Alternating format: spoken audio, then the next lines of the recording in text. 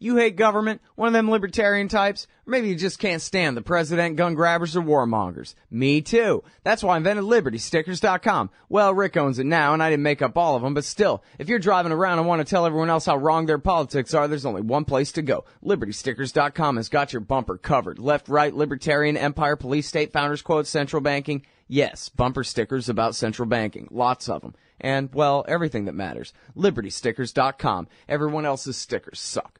Hey, y'all, welcome back to the show. I'm Scott Horton. It's my show, The Scott Horton Show.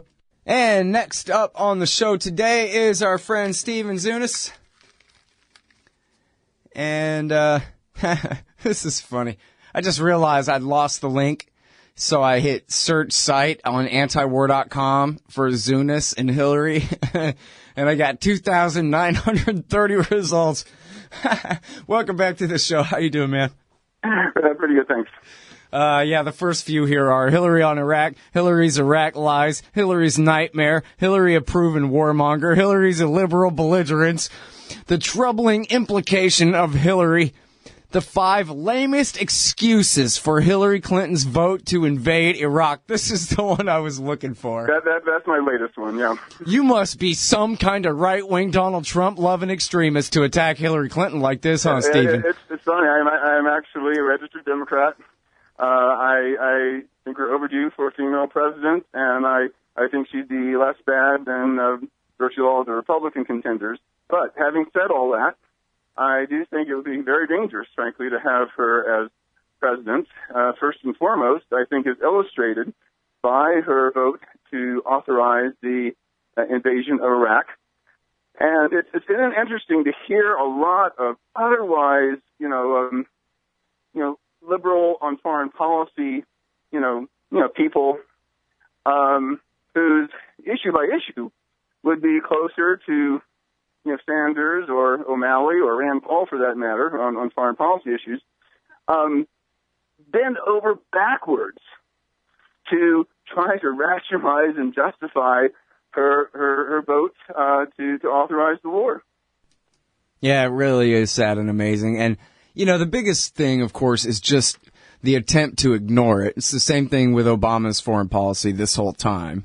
Is the entire partisan dynamic has really been working against us since the right doesn't want to give him up. As you know, and I've been quite critical of many aspects of Obama's foreign policy, and we've talked about on this show a number of times before. Sure. But Hillary has been criticizing Obama from a more hawkish position. Under Obama, we have bombed 7 countries in the greater Middle East. And she says we need to reassert ourselves militarily in the region. She's been criticizing Obama for not being tough enough.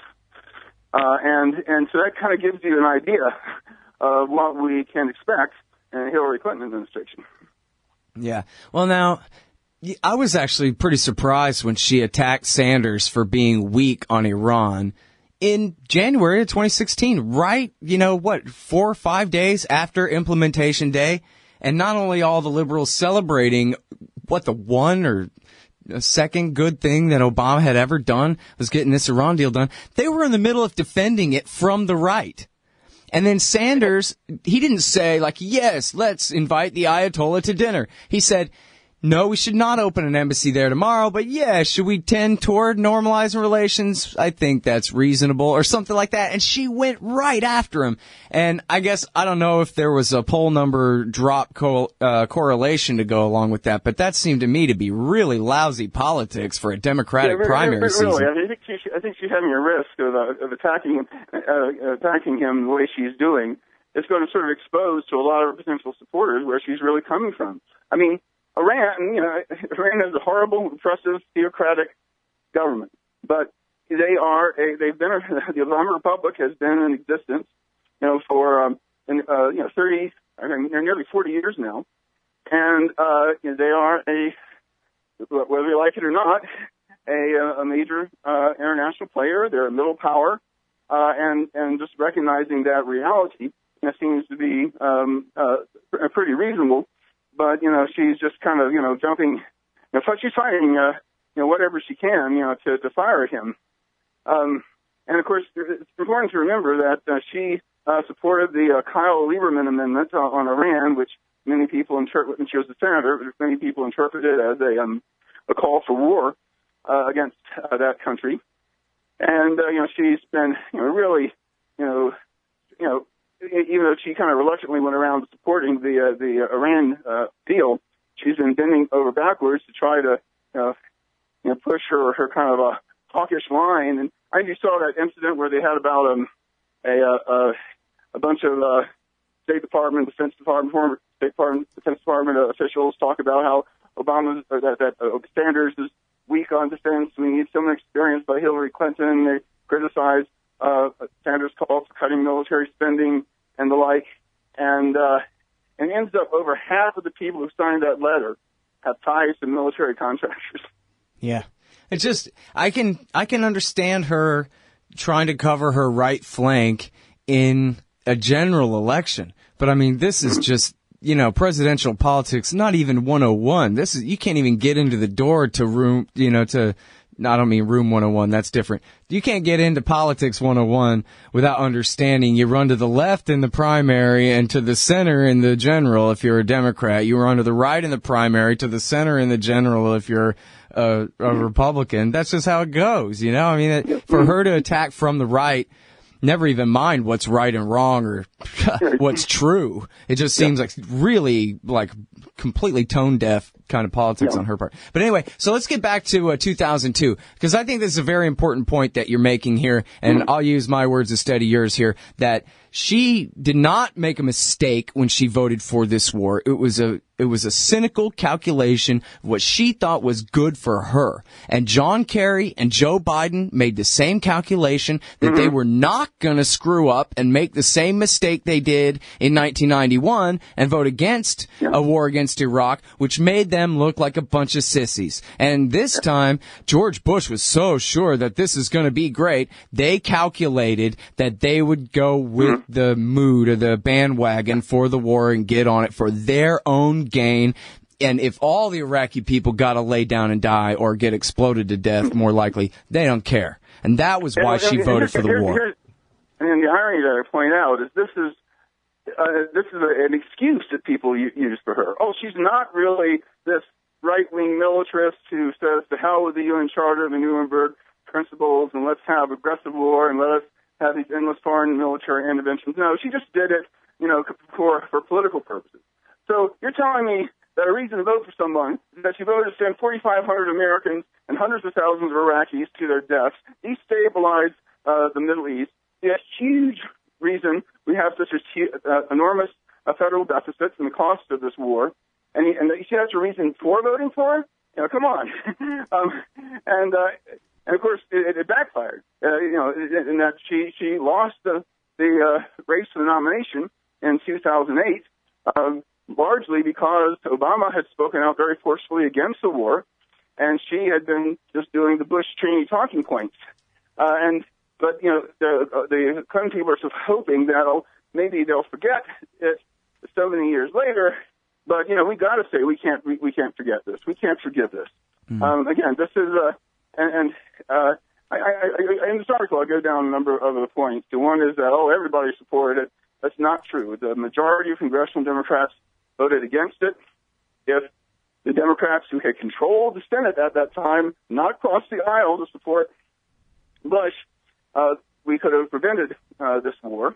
And this was not, again, this was not just a mistake. This wasn't like the Gulf of Tonkin Resolution in 1964, which got us into Vietnam, where there was no time for debate, no time for reflection. People thought they were just voting to give President Johnson the right to retaliate for a specific alleged incident, which never actually happened in the Gulf of Tonkin, and that he instead used as an open-ended authorization to get us heavily involved in that tragic war. She knew what was going on. People told her, people briefed her, and here's the thing. She had voted for it thinking it would enhance her political electability. She would have had to have assumed that we would be welcomed as liberators. We would find all those weapons of mass destruction and ties to Al-Qaeda, she said we had. We would not be bogged down in this long bloody counterinsurgency war. Right. They fool to think that we'll be able to get away with this. Right. So, even... Hold it 1 second. We'll be right back, y'all, with Steven Zunes after this. Hey, y'all, Scott Horton here for MPV Engineering. This isn't for all of you, but for high-end contractors specializing in industrial construction and end users who own and operate industrial equipment. MPV offers licensed professional consulting on chemical and mechanical engineering for your projects. Tanks, pressure vessels, piping, heat exchangers, HVAC equipment, chemical reactors for oil companies or manufacturing facilities, as well as project management support and troubleshooting for those implementing designs. MPV will get your industrial project up and running. Head over to mpvengineering.com. This part of the Scott Horton Show is sponsored by Audible.com. And right now, if you go to audibletrial.com/Scott Horton Show, you can get your first audiobook for free. Of course, I'm recommending Michael Swanson's book, The War State, The Cold War Origins of the Military-Industrial Complex and the Power Elite. Maybe you've already bought The War State in paperback, but you just can't find the time to read it. Well, now you can listen while you're out marching around. Get the free audiobook of The War State by Michael Swanson, produced by Listen and Think Audio at audibletrial.com/Scott Horton Show. All right, you guys, welcome back. We're talking ancient history, man. 2002 with Steven Zunes and Hillary Clinton's decision to climb on board the bandwagon for the invasion of Iraq. And on the first couple of points here, I wanted to ask you about this, Steven. You point out that most Democrats were good on this, and I thought it was just a majority of the Democrats in the House were good, but a majority of the Democrats in the Senate were bad. Am I wrong about that? Yeah.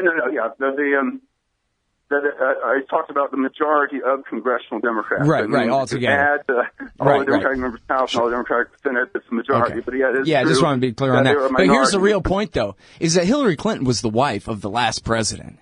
And when she was saying, oh, yeah, everybody knows this is true, that was certainly taken by the right and used in the media. And Bill Clinton, of course, went on David Letterman and said, this is great, and it'll be over in 2 weeks, and it'll be wonderful, Dave, and so everybody ought to get on board. And he made other signals supporting the war. But on the other hand, if she had tried to lead the opposition in the Senate and say, there's just not a case for war here, and I happen to know that my husband bombed the last of the weapons of mass destruction back in 1998 during Operation Desert Fox that he named after Erwin Rommel, the Nazi, then we shouldn't be doing this, and I think that the rest of the Democrats should not vote to do this, and we should support the Levin Amendment that says only if the IAEA and the UN inspectors claim that they're not allowed by Hussein to finish their work first, where she could have done it. She's huge, dude. She's Hillary Clinton. I got to correct you. The WMDs are already gone for 1998. No, of course. Yeah. I'm just saying. No. I was just saying what she would have claimed, could have claimed. Yeah, it would have had an impact.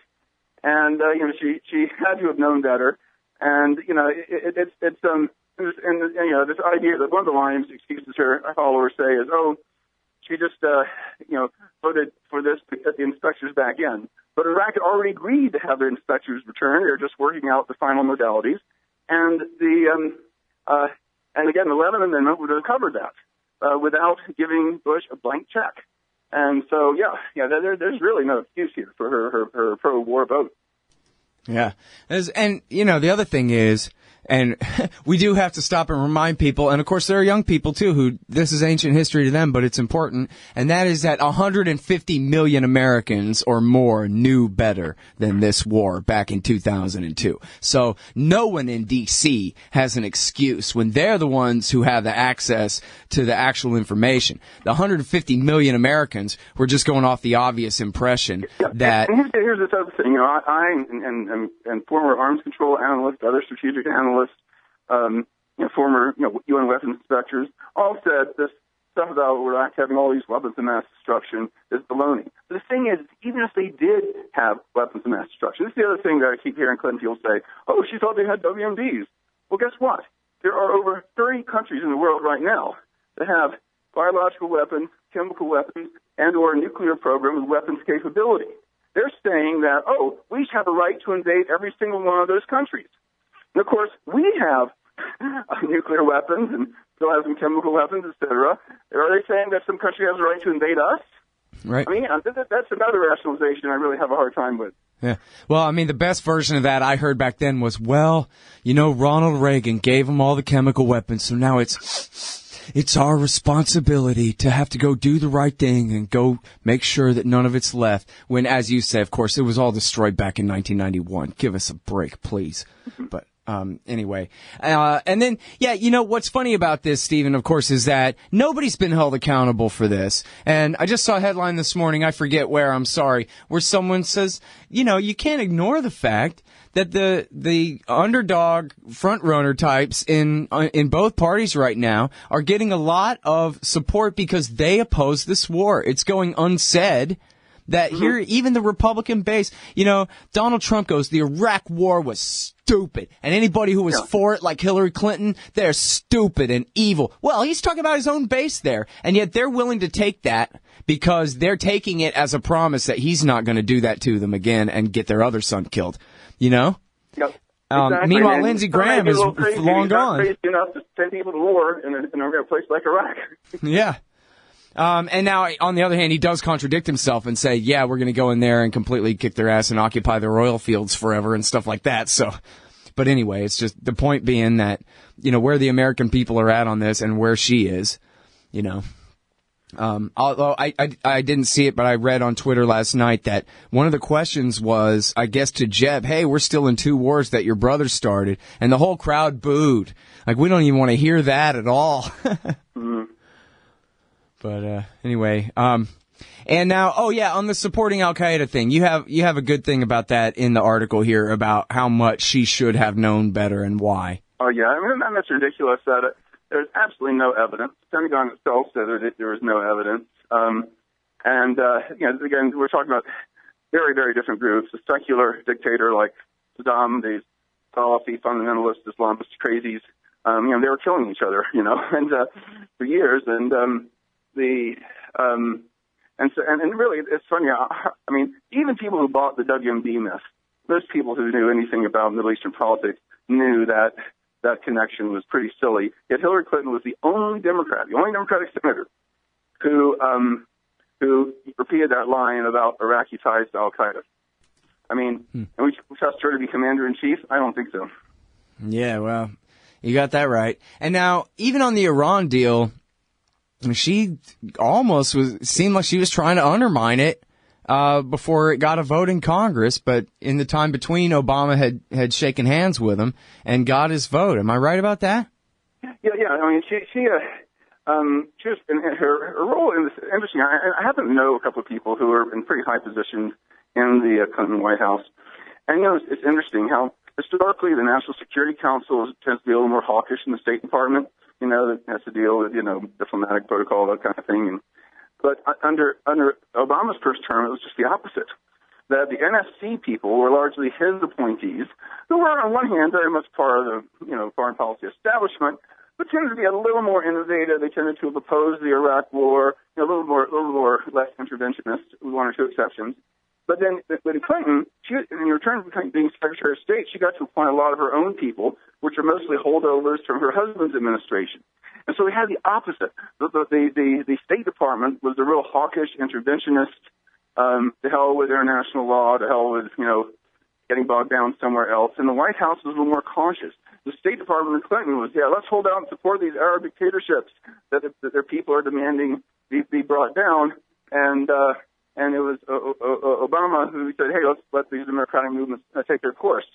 And so it's you know, she's definitely you know, again, she's definitely on the hawkish right wing of the Democratic Party. And what's funny is that's definitely the case in Egypt and in Yemen and Bahrain, but then she took the exact opposite and much worse stance in Libya, which was don't let events take their course. Go ahead and ally with Al Qaeda against Gaddafi. Exactly, and she was really pushing for intervention there. And you know, what's weird is that I don't frankly think there's much to the various conspiracy theories about the killings in Benghazi. You know, that's Clinton's fault.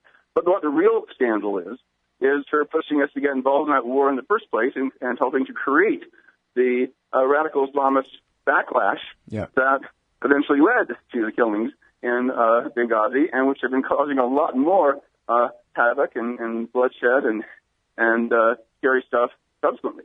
Yeah. And there are all different kind of accusations out of there, but it does seem telling, doesn't it, that in all the Republican scandal over it, the part they never talk about is the fact that the real worst decision she made, of course, like you're saying, is the war in the first place, but also stationing this guy and the CIA in the middle of a hornet's nest. And what were they doing in the middle of a hornet's nest? They were funneling hornets and guns to Syria to carry out the next phase of the war. And, you know, it's all in Judicial Watch documents and in her emails and all this stuff now about how, you know, she's in her emails talking with her subordinates about the Qatari arms shipments and talking with Sidney Blumenthal about this. And the CIA was overseeing this, if not running the damn thing. And that's what I like about it is, you know, you're right. Like they have the fake scandal, or I don't know if it's fake, but it seems like that it's overblown about the so-called delay. Like maybe it was one bureaucrat that said wait, and they try to make it say like Obama deliberately hung those guys out to dry or something like that. But in the overall case, boy, did he hang them out to dry. I mean, what do you do? And this is a thing, and I need to leave soon, but just come on close on this thought. You know, I've been traveling to the Middle East for over 40 years, and I felt less and less safe as an American each time I had visited. When I first went there as a 16-year-old, I could go to any country in the region and not be afraid about being an American. Think how that's changed. And here's the thing. People like Hillary Clinton and George W. Bush and all those, regardless of party, who support this kind of military intervention, even putting aside the moral and legal arguments, they are making us less and less secure. Absolutely. All right. Thanks very much, Stephen. Really appreciate it. My pleasure. All right, y'all. That is Stephen Zunes. He teaches at the University, I got it right here, the University of San Francisco, Middle Eastern Studies, and writes for Foreign Policy in Focus. We'll be right back in just a sec. Hey, Al Scott here. If you're like me, you need coffee. Lots of it. And you probably prefer it tastes good, too. Well, let me tell you about Darren's Coffee Company at darrenscoffee.com. Darren Marion is a natural entrepreneur who decided to leave his corporate job and strike out on his own, making great coffee. And Darren's Coffee is now delivering right to your door. Darren gets his beans direct from farmers around the world. All specialty, premium grade with no filler. Hey, the man just wants everyone to have a chance to taste this great coffee. darrenscoffee.com. Use promo code Scott and you get free shipping. darrenscoffee.com. Hey, Al Scott here. Ever wanted to help support the show and own silver at the same time? Well, a friend of mine, libertarian activist Arlo Pignati, has invented the alternative currency with the most promise of them all. QR Silver Commodity Discs. The first ever QR code 1-ounce silver pieces. Just scan the back of one with your phone and get the instant spot price. They're perfect for saving or spending at the market. And anyone who donates $100 or more to the Scott Horton Show at scotthorton.org/donate gets one. That's scotthorton.org/donate. And if you'd like to learn and order more, send them a message at commoditydiscs.com or check them out on Facebook at /commoditydiscs. And thanks. Hey, y'all, Scott Horton here for wallstreetwindow.com. Mike Swanson knows his stuff. He made a killing running his own hedge fund and always gets out of the stock market before the government-generated bubbles pop, which is, by the way, what he's doing right now, selling all his stocks and betting on gold and commodities. Sign up at wallstreetwindow.com and get real-time updates from Mike on all his market moves. It's hard to know how to protect your savings and earn a good return in an economy like this. Mike Swanson can help. Follow along on paper and see for yourself. wallstreetwindow.com.